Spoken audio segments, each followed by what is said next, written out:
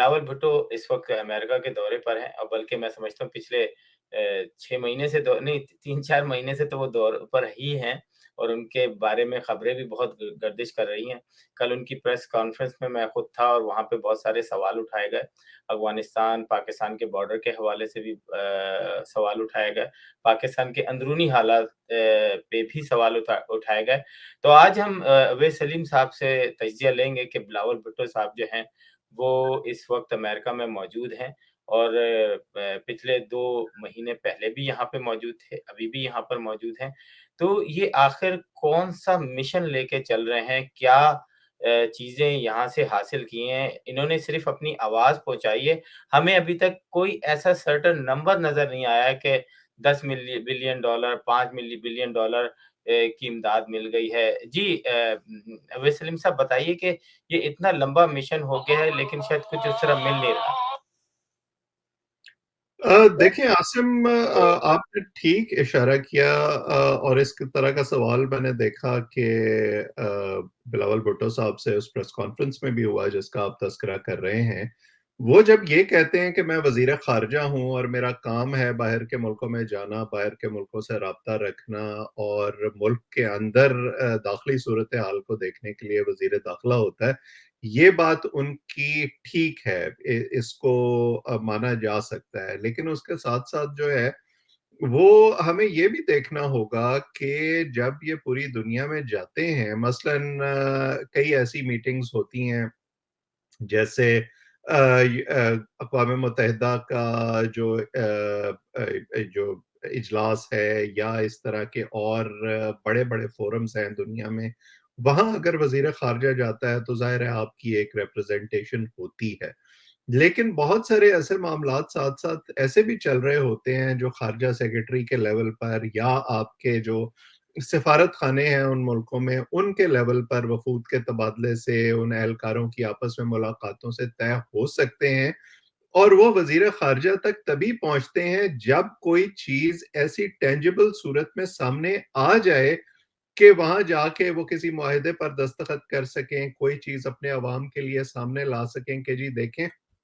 میں اتنی محنت کے نتیجے میں جو اتنے عرصے سے ہمارے یہ مذاکرات چل رہے تھے، وہ یہاں کلمینیٹ کیے ہیں، اور اس کے نتیجے میں یہ چیز آپ کے لیے لے کے آیا ہوں وہاں پر۔ اس طرح کی کوئی جو چیز ہے وہ ہمیں ابھی تک بلاول بھٹو کے دوروں کے نتیجے میں دیکھنے میں نہیں آئی۔ جس وقت ہمارے یہاں سیلاب کی صورتحال پیدا ہوئی تھی آج سے چند ماہ پہلے، اس وقت بلاول بھٹو صاحب نے یہ دورے شروع کیے تھے، اور وہ بات سمجھ میں آتی تھی کہ جی ٹھیک ہے،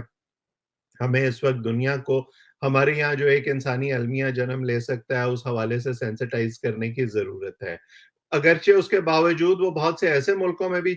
گئے جہاں پہ مجھے بظاہر سمجھ نہیں آتی تھی کہ جانے کی کیا ضرورت ہے، اور وہاں کا جو سفارت خانہ ہے وہ یہ کام کیوں نہیں کر سکتا۔ اب جو ان کا حالیہ دورہ ہے، خاص طور پر اب آپ دیکھ رہے ہیں کہ کرسمس کی تقریباً چھٹیاں شروع ہو گئی ہیں امریکہ کے اندر۔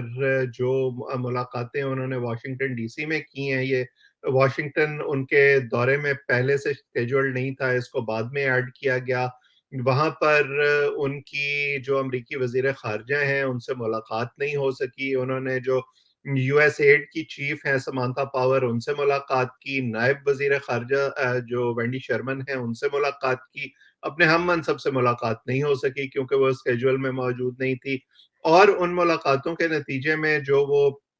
ایک رسمی سا بیان آتا ہے وہ جاری کیا ہے